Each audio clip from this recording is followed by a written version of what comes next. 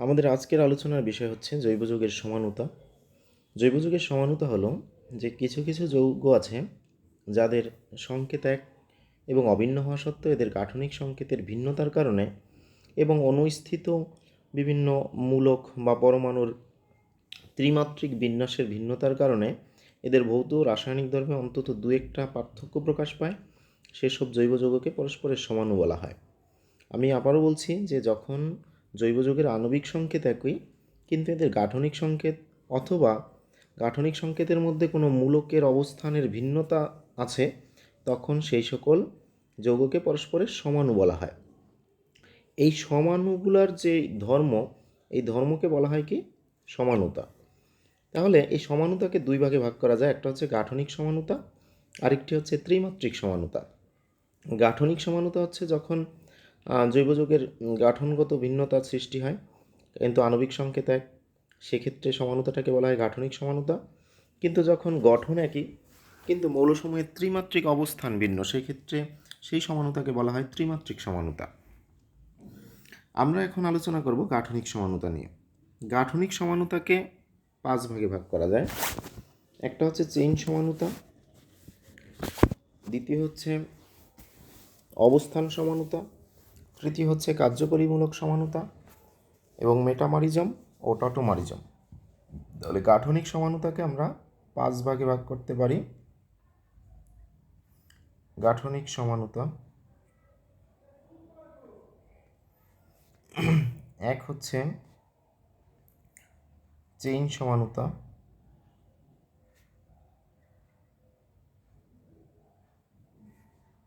দুই হচ্ছে অবস্থান সমানুতা,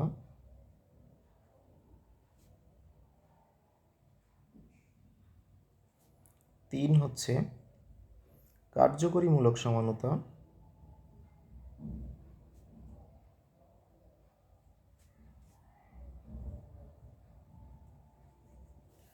চার হচ্ছে মেটামারিজম, পাঁচ হচ্ছে টটোমারিজম।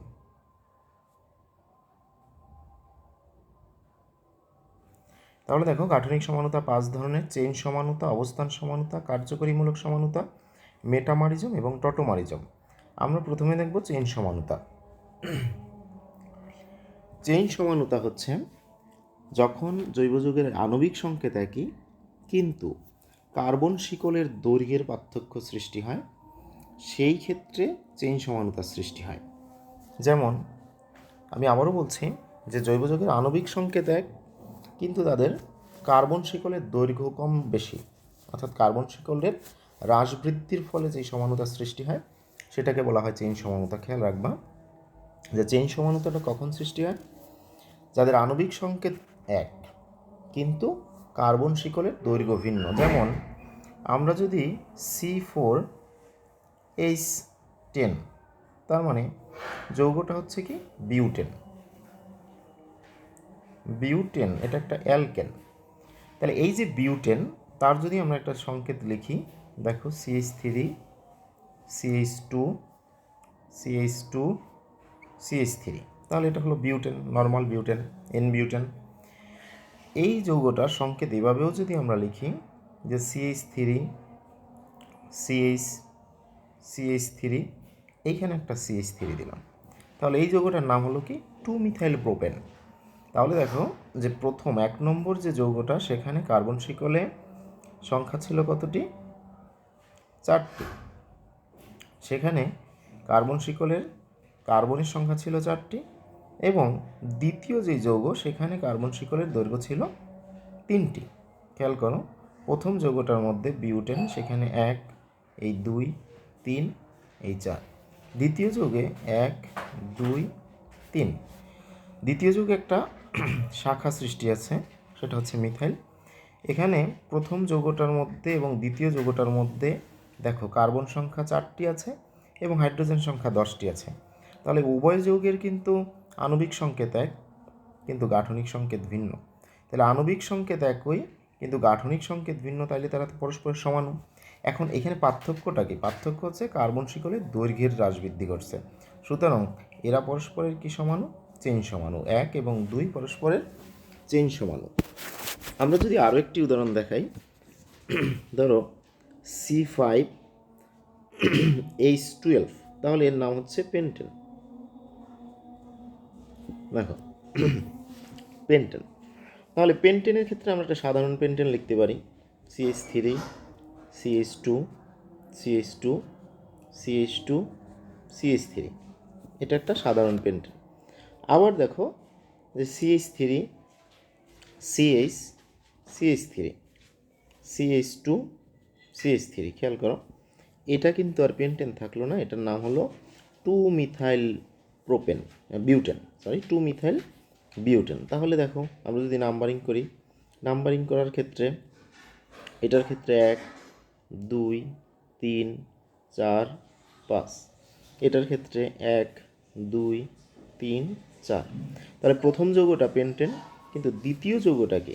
দ্বিতীয় যৌগটা হচ্ছে 2-মিথাইল বিউটেন।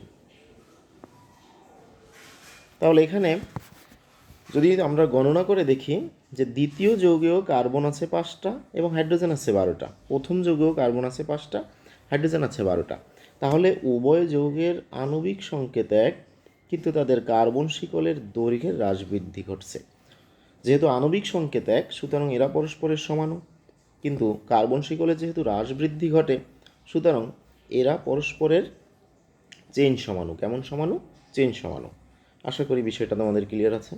আমরা পরের সমাণুতে যাব, অবস্থান সমাণু। দেখো অবস্থান সমাণু হচ্ছে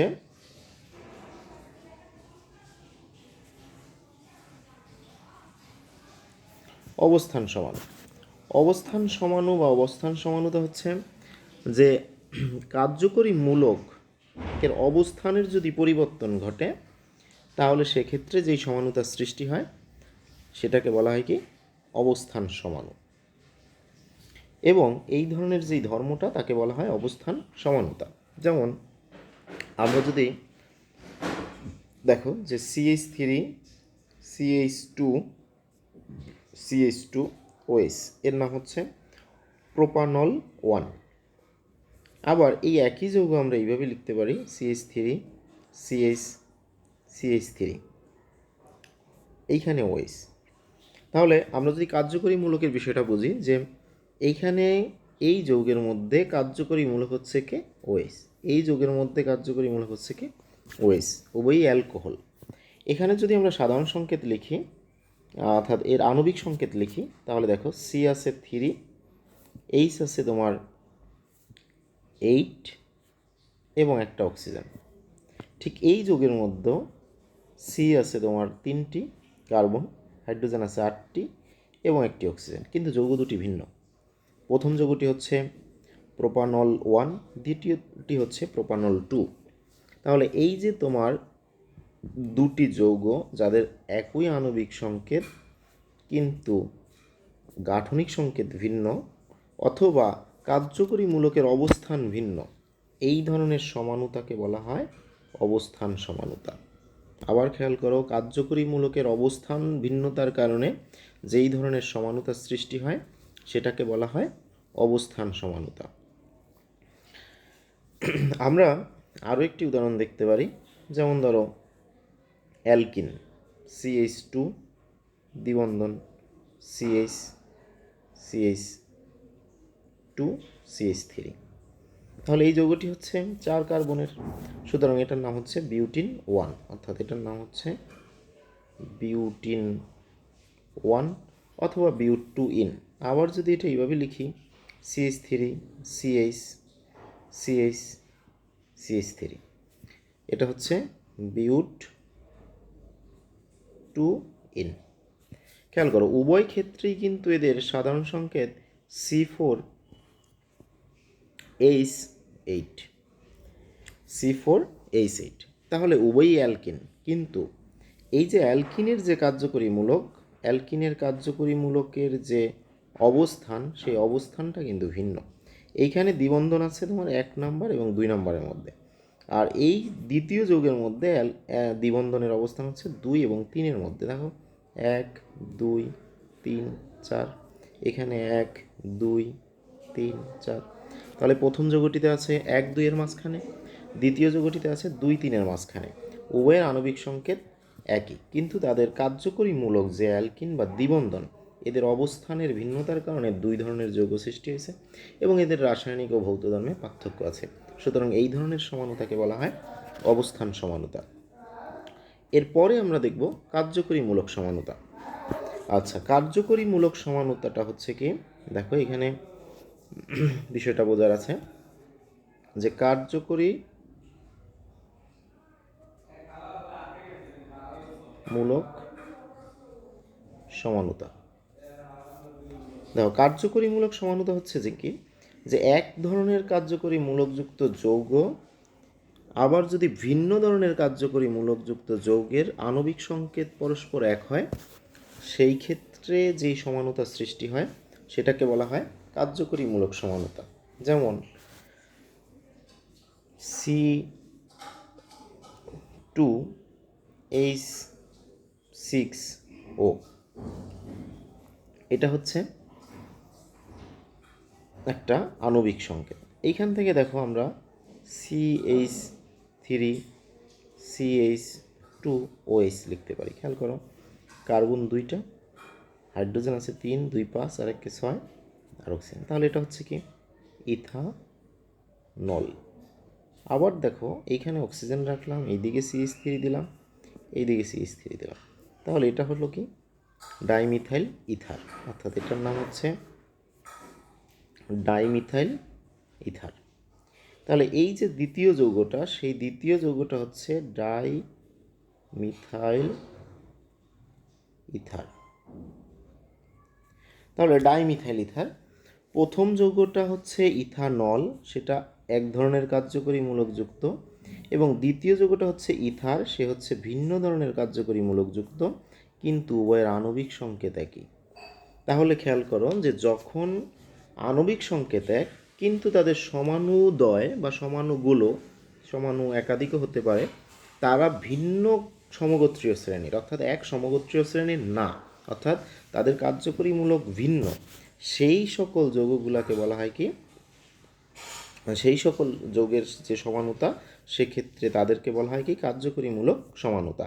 আমরা এখন দেখব যে কোন কোন যৌগগুলা কি কি সমানুতা প্রদর্শন করে। একটু শর্টকাটে তোমরা লিখে রাখো, বুঝতে সুবিধা হবে। তাহলে দেখো অ্যালকোহল এবং ইথার এরা পরস্পরের তোমার কার্যকরীমূলক সমানু। অ্যালকোহল এবং ইথার পরস্পরের কার্যকরীমূলক সমানু, এবং এদের সাধারণ সংকেত থাকবে অ্যালকোহল এবং ইথারের ক্ষেত্রে CnH (2n+2) এবং O, এটা হবে এদের সাধারণ সংকেত। অর্থাৎ CnH (2n+2+O) এটা যদি দেখো, তাহলে তোমার সমানুতার ক্ষেত্রে দুইটা বিষয় মনে রাখতে হবে, যে সে অ্যালকোহলও হবে ইথারও হবে। তারপরের বিষয় হচ্ছে অ্যালডিহাইড এবং কিটোন এবং ইনল, এরা পরস্পরের কার্যকরীমূলক সমানু। অ্যালডিহাইড, কিটোন এবং ইনল এরা পরস্পরের কার্যকরীমূলক সমানু। এদের ক্ষেত্রে কার্যকরী সাধারণ সংকেত হবে CnH (2n+) O,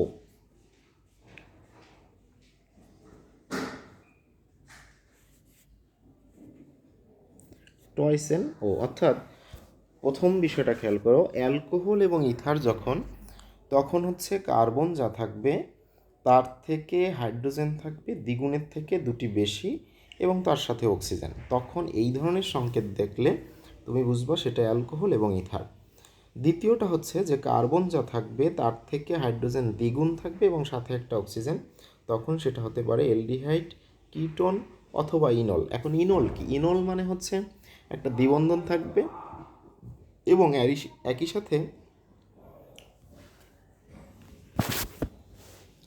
একই সাথে তোমার অ্যালকোহল মূলক থাকবে, সেটাকে বলা হয় ইনল।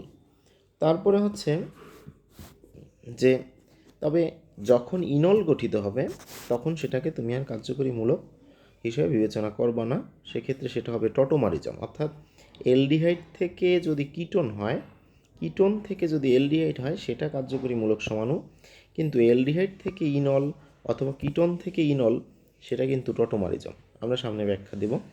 তাহলে এখন আপাতত মনে রাখো যে এদের আণবিক সংকেতগুলো একই এবং অ্যালডিহাইড এবং কিটোন পরস্পরের তোমার কার্যকরীমূলক সমাণু, এবং অ্যালডিহাইড কিটোনের সাথে ইনল হচ্ছে কি টটোমার বা টটোমারিজম।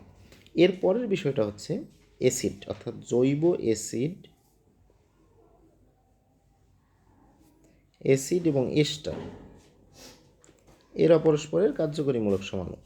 জৈব অ্যাসিড এবং এস্টার হচ্ছে পরস্পরের কার্যকরীমূলক সমাণু।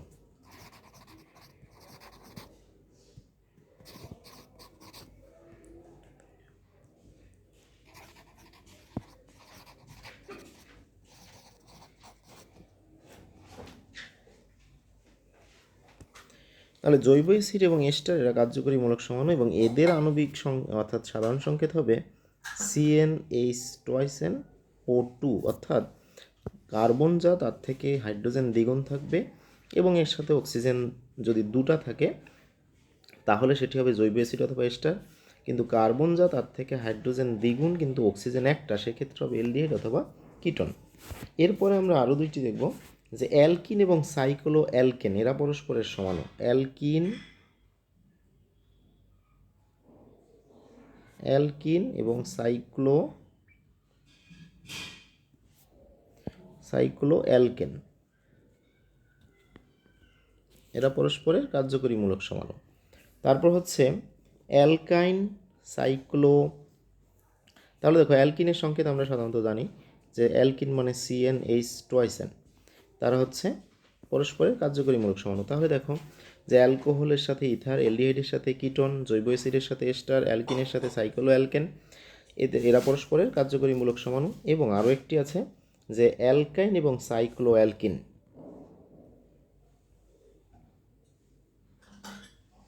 অ্যালকাইন এবং সাইক্লো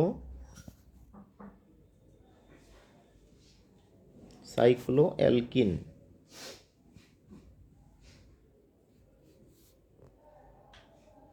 অ্যালকিন এবং এর সাথে ডাইইন। অ্যালকাইন, সাইক্লো অ্যালকিন এবং ডাইন এরা পরস্পরের সাথে কার্যকরীমূলক সমাণু। যেমন ধরো CnH2 এই টাইপের যদি সাধারণ সংকেত দেখো, তার থেকে অ্যালকাইন হতে পারে, তার থেকে সাইক্লো অ্যালকিন হতে পারে, তার থেকে ডাইন হতে পারে। তাহলে আমরা দেখলাম যে কার্যকরীমূলক সমানুতার ক্ষেত্রে যেই সমাণুগুলো পাওয়া যায় সেগুলো আসলে একই সমগোত্রীয় শ্রেণীভুক্ত না, তারা পরস্পর ভিন্ন সমগোত্রীয় শ্রেণী বিশিষ্ট। যেমন অ্যালকোহল থেকে ইথার পেতে পারি, সেক্ষেত্রে সাধারণ সংকেত থাকবে CnH2n+2 এবং O। অ্যালডিহাইড থেকে কিটোন পেতে পারি অথবা কিটোন থেকে অ্যালডিহাইড পেতে পারি, সেক্ষেত্রে মানে এরা কার্যকরীমূলক সমাণু পেতে পারি, সেক্ষেত্রে CnH2nO। এবং জৈব অ্যাসিড এবং এস্টার সেক্ষেত্রে CnH2nO2। এবং অ্যালকিন থেকে সাইক্লো অ্যালকেন সেটা হচ্ছে CnH2n। এবং অ্যালকাইন থেকে আমরা পেতে পারি সাইক্লো অ্যালকিন এবং ডাইন, সেক্ষেত্রে সংকেত হচ্ছে CnH2n-2। তোমরা যারা নামকরণ করছো তারা অবশ্যই এই সাধারণ সংকেতগুলো সহজে বুঝবে। এখন হচ্ছে মেটামারিজম। তাহলে দেখো মেটামারিজম বিষয়টা অনেক সময় তোমরা মানে এলোমেলো করে ফেলো কার্যকরীমূলক সমানুর সাথে অথবা অবস্থান সমানুর সাথে। কার্যকরীমূলক সমানুর সাথে চেঞ্জ হয় না, কিন্তু অবস্থান সমানুর সাথে অনেক সময় এলোমেলো হয়। তাহলে এটা হচ্ছে আমাদের এই মেটামারিজমের ক্ষেত্রে তুমি কয়েকটা বিষয় মনে রাখবা যে মেটামারিজম কারা দেয়। মেটামারিজম, তাহলে মেটামারিজম সাধারণত দ্বিযোজী যেই মূলকগুলো, তুমি শুধুমাত্র মনে রাখো মেটামারিজম দেয় এই ইথার মূলক, মেটামারিজম দেয় কিটোন মূলক, মেটামারিজম দেয় NH অর্থাৎ 2 ডিগ্রি অ্যামিন মূলক। তোমরা শুধু এই তিনটেই মনে রাখবা যে মেটামারিজম দিব ইথার মূলক, কার্বনিন মূলক এবং 2 ডিগ্রি অ্যামিন মূলক। এখন মেটামারিজম জিনিসটা কি? মেটামারিজম হচ্ছে যদি কার্যকরী মূলকের উভয় পার্শ্বে কার্বন সংখ্যার হ্রাস বৃদ্ধি ঘটে, সেক্ষেত্রে এদেরকে পরস্পরের মেটামার বলা হয়।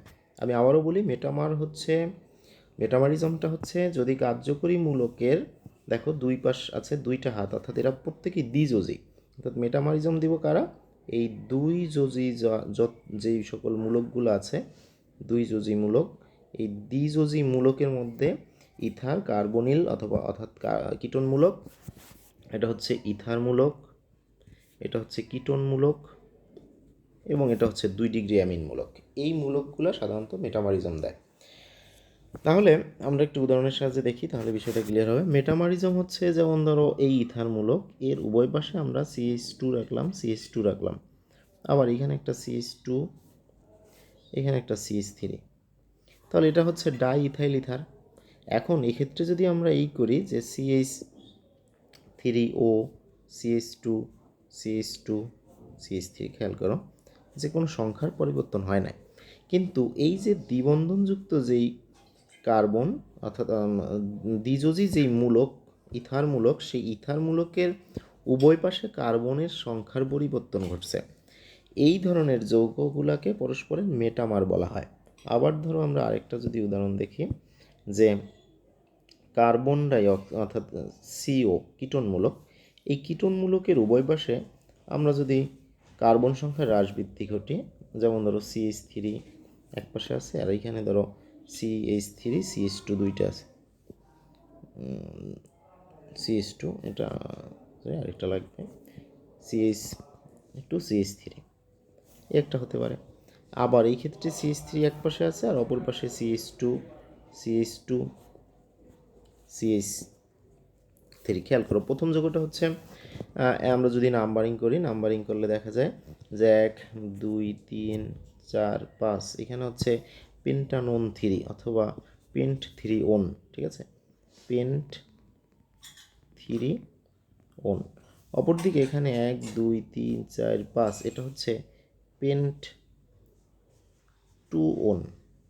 তাহলে প্রথম যৌগটা এবং দ্বিতীয় যৌগটা উভয় 5 কার্বনের, কিন্তু দেখো কার্যকরী মূলকের উভয় পাশে শিকলের সংখ্যার পরিবর্তন হয়েছে। এক পাশে প্রথম যৌগটা উভয় পাশে দুইটা দুইটা আছে, কিন্তু দ্বিতীয় যৌগ এক পাশে একটা অপর পাশে তিনটা।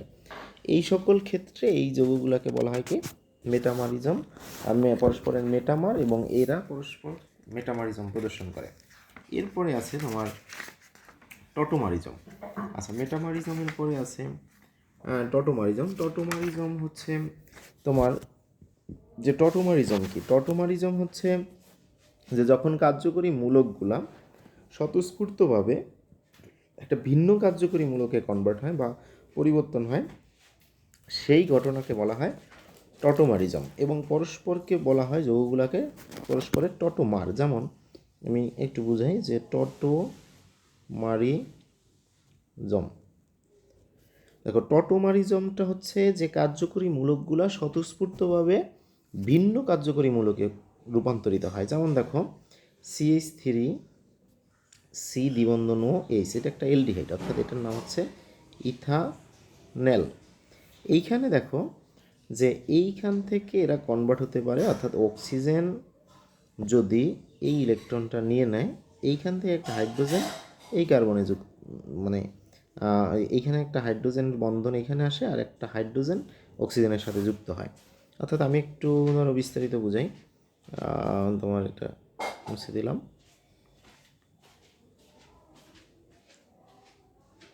দেখো টটোমারিজমটা হচ্ছে, দেখো আমি একটু বুঝাই যে এইখানে আমরা হাইড্রোজেন দিলাম তিনটা, এইখানে আরেকটা কার্বন দিলাম, এখানে একটা দ্বিবন্ধন ও দিলাম, এই একটা H দিলাম, এটা। এখন দেখো অক্সিজেন এবং কার্বনের মধ্যে ইলেকট্রোনেগেটিভিটি বেশি হচ্ছে কার? অক্সিজেনের। সুতরাং এইখানের বন্ধন ইলেকট্রনটা অক্সিজেন নিজের দিকে নিতে পারে, অর্থাৎ অক্সিজেন এই ইলেকট্রনটা নিজের দিকে নিল। নেওয়ার ফলে হয় কি, যে এইখানে কার্বন এবং হাইড্রোজেনের মধ্যে এই কার্বনের যেহেতু ঘাটতি সৃষ্টি হয়, সে করে কি যে এই ইলেকট্রনটা এইখানে নিয়ে আসে, ফলে হাইড্রোজেনটা যায় অক্সিজেনের কাছে। খেয়াল করো কার্বন এবং অক্সিজেনের মধ্যে দ্বিবন্ধন, অর্থাৎ পাই ইলেকট্রনটা অক্সিজেন নিয়ে নেয়।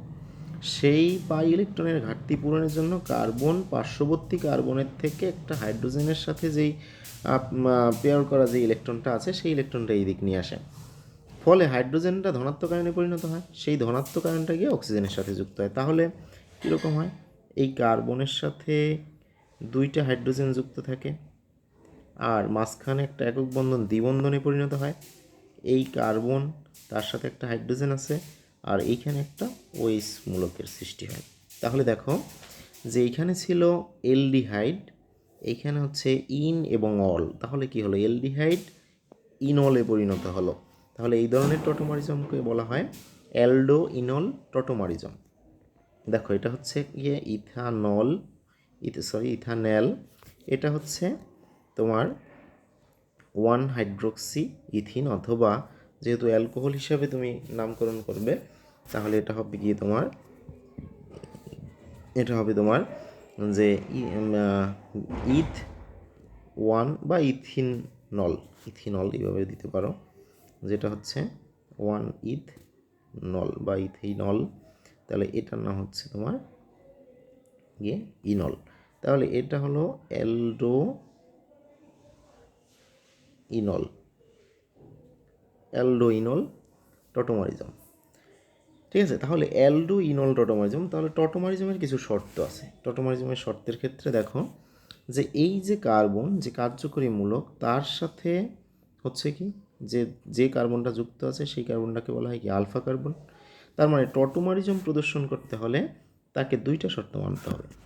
একটা হচ্ছে আলফা হাইড্রোজেন থাকতে হবে, দুই হচ্ছে কার্বনের সাথে অধিক ইলেকট্রোনেগেটিভ কোনো মৌল থাকতে হবে। খেয়াল করো, একটা হচ্ছে কার্বনের সাথে অধিক ইলেকট্রোনেগেটিভ কোনো মৌল থাকতে হবে, এবং দ্বিতীয় শর্ত হচ্ছে আলফা হাইড্রোজেন থাকতে হবে। দুইটা শর্ত যদি পূরণ করে তাহলে সেই সকল যৌগগুলা টটোমারিজম প্রদর্শন করে। দেখো যেমন সি দ্বিবন্ধন ও থাকতে পারে, সি দ্বিবন্ধন এন থাকতে পারে, এইগুলোর ক্ষেত্রে টটোমারিজম হয়, কিন্তু অন্য ক্ষেত্রে হয় না, কারণ কার্বনের সাথে তার অপেক্ষা অধিক ইলেকট্রোনেগেটিভ কোনো মৌলের যদি যুক্ত থাকে তাহলে সেক্ষেত্রে টটোমারিজম হবে, যদি ওই কার্বন অথবা ওই যৌগে আলফা হাইড্রোজেন থাকে। যেমন ধরো আমরা যদি এইরকম একটা যৌগ দিই যে সি, এইখানে CH3, এইখানে CH3, এইখানে CH3, এখানে ধরো সি এই দ্বিবন্ধন, এখানে ধরো এইচ, তাহলে এখানে কার্বনের সাথে দ্বিবন্ধনে অক্সিজেন আছে, বাট আলফা যেই কার্বন, সেই আলফা কার্বনের সাথে কিন্তু কোনো আলফা হাইড্রোজেন যুক্ত নেই। সুতরাং এই যৌগটা কিন্তু কোনো টটোমারিজম প্রদর্শন করবে না। আমরা যদি আরও কিছু টটোমারিজমের উদাহরণ দেখি, যেমন দেখো সি এর সাথে আমরা হাইড্রোজেন দিলাম, এইখানে ধরো যে কোনো কিছুই থাকতে পারে, একটা আলফা হাইড্রোজেন থাকলেই চলবে, এবং এখানে একটা ও আছে, এদিকে একটা CH3 আছে। তাহলে এইখানে দেখো আলফা হাইড্রোজেন কিন্তু উভয় পাশে যে কোনো এক পাশ থেকে আসতে পারে। তাহলে এইখানের যে ঘটনাটা ঘটবে সেটা হচ্ছে তোমার এই দিক থেকে অক্সিজেন নিয়ে নেবে, এই বন্ধনটা এইদিকে আনবে এবং হাইড্রোজেনটা যায় অক্সিজেনের সাথে যুক্ত হবে। তাহলে CH2 থাকলো, এখানে দ্বিবন্ধন হইলো, এবং এই সি এখানে OH হইলো, এবং তোমার এদিকে CH3 হলো। তাহলে এটা হচ্ছে prop 2 in prop 1 in 2 all, আর এখানে হচ্ছে কি প্রোপানন, তাহলে এটা হচ্ছে প্রোপানন, এটা হবে কি প্রোপ 1 ইন এবং 2 অল, অর্থাৎ এটা একটা ইন এবং অল, সুতরাং এটার নাম হচ্ছে ইনন। এটা যেহেতু কিটোন সেটাকে আমরা বলতে পারি কিটো। তাহলে এই যে টটোমারিজমটা সেটাকে নামকরণ করা হয়েছে কিটো ইনল টটোমারিজম। আমরা আগে দেখলাম অ্যালডো ইনল টটোমারিজম, মানে অ্যালডিহাইড থেকে ইনল, এবার দেখলাম কিটন থেকে ইনল অর্থাৎ কিটো ইনল টটোমারিজম। তাহলে আমরা যে কতগুলো দেখলাম, যে প্রথম থেকে যদি আমরা দেখতে যাই যে গাঠনিক সমানতা, সমানতা কি, সমানতার সংজ্ঞা টংজ্ঞা আমরা এগুলো দেখলাম। এখন আমরা দেখবো যে চেইন সমানতার ক্ষেত্রে কিভাবে সংখ্যা নির্ণয় করা যায়। দেখো চেইন সমানতা, তাহলে চেইন সমানতা যদি অ্যালকেন হয়, চেইন সমানতার ক্ষেত্রে যদি অ্যালকেন হয়, অ্যালকেন চেইন সমানতায় অ্যালকেনে যদি n=4 হয়, অর্থাৎ কার্বনের সংখ্যা যদি 4 হয়, তাহলে তুমি চেইন সমান পাবে 2টি। ঠিক আছে, চেইন সমান হচ্ছে 2টি। n ইকুয়াল যদি 5 হয় তাহলে হচ্ছে 3টি। আমরা যদি একটু সহজ করে লিখতে যাই তাহলে এক লাইনে লিখলে ভালো হয়। দেখো চেইন সমানুতা অর্থাৎ অ্যালকেনের চেইন সমানুতা।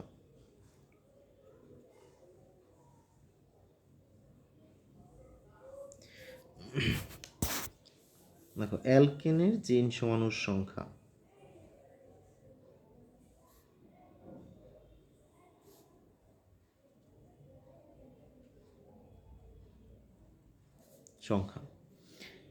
দেখো কার্বন সংখ্যা 1 2 3 এদের ক্ষেত্রে চেইন সমানুতা সৃষ্টি হয় না, কারণ 1 2 3 এদের ক্ষেত্রে একটাই সমাণু। খেয়াল করো কার্বন সংখ্যা অর্থাৎ অ্যালকেনের মিথেন ইথেন প্রোপেন এদের ক্ষেত্রে আলাদা কোনো চেইন সমাণু নেই, এদের ক্ষেত্রে সমাণুর সংখ্যা নাই, তাদের সমাণু তারা নিজেরাই।